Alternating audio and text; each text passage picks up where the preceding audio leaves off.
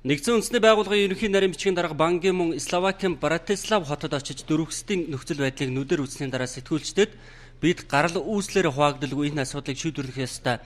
Энэ асуудлын шалтгааныг олж тогтоох нөхцөл байдлыг хэвийн байдалд хүргэх хамгийн ойрын боломж гэж ярьжээ.